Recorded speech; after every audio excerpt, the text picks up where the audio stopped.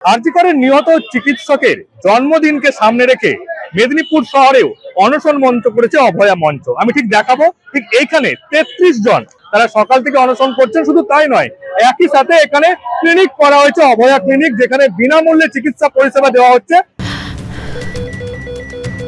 ক্যান্সারে নেই আর ভয়, NCRI হবে এর জয়। আপনাদের ভরসা নেতাজি সুভাষচন্দ্র বোস ক্যান্সার হসপিটাল। এবং একই সাথে এখানে চারা গাছ বিতরণ করা হচ্ছে। যারা এসেছেন এই মঞ্চের সামনে, যে সমস্ত পথচারী, তাদের হাতে কিন্তু প্রত্যেকের হাতে চারা গাছ বিতরণ করা হচ্ছে। এবং যেমনটা বলা হচ্ছে, যেহেতু এই নির্যাতিতা চিকিৎসক ফুল ভালোবাসতেন, ফুলের গাছ ভালোবাসতেন, তো সেটাকে সামনে রেখেই কিন্তু এইভাবেই ফুলের গাছ তুলে দেওয়া হচ্ছে অভয়া মঞ্চের তরফ থেকে। আমাদের বিচার পেলে তো এই অনশনে বসতে হতো না, বিচার পেলে আন্দোলন চলতো না।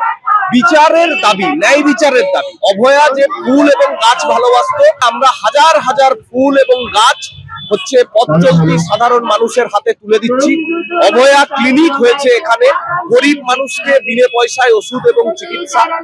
অর্থাৎ অনশনকারী তাদের যেমনটা বক্তব্য যে অভয়া এখনো বিচার পায়নি, আর তাই তাদের এই অনশন কর্মসূচি। এবং আজ দিনভর এছাড়াও নানান কর্মসূচির আয়োজন করেছে এই অভয়া মঞ্চের তরফ থেকে। পশ্চিম মেদিনীপুর থেকে সৌমেন চক্রবর্তী, এবিপি আনন্দ।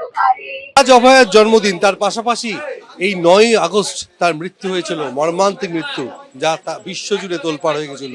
সেই মৃত্যুর আজ 6 মাস পূর্ণ, আর সেই উপলক্ষে অভয়ার বাড়ি এলাকায় দুটি অভয়া ক্লিনিক চালু হয়েছে অভয়া মঞ্চের উদ্যোগে। এখানে ওয়েস্ট বেঙ্গল জুনিয়র ডক্টরস ফ্রন্টের পক্ষ থেকে আজকে অভয়ার জন্মদিন, সেটা মাথায় রেখে সেই স্মৃতিতে এবং আমাদের কর্মসূচি হিসেবে আজকে ওর বাড়ির কাছেই আমরা এই অভয়া ক্লিনিক আজকে অনুষ্ঠান করছি। এবং এখানে আশেপাশে অঞ্চলে যারা স্থানীয় বাসিন্দা তারা রোগী হিসেবে আসছেন, রোগীরা আসছেন তারা চিকিৎসার জন্য। এখানে প্রচুর মানুষ ভিড় জমিয়েছেন এবং তারা চিকিৎসার জন্য এসছেন।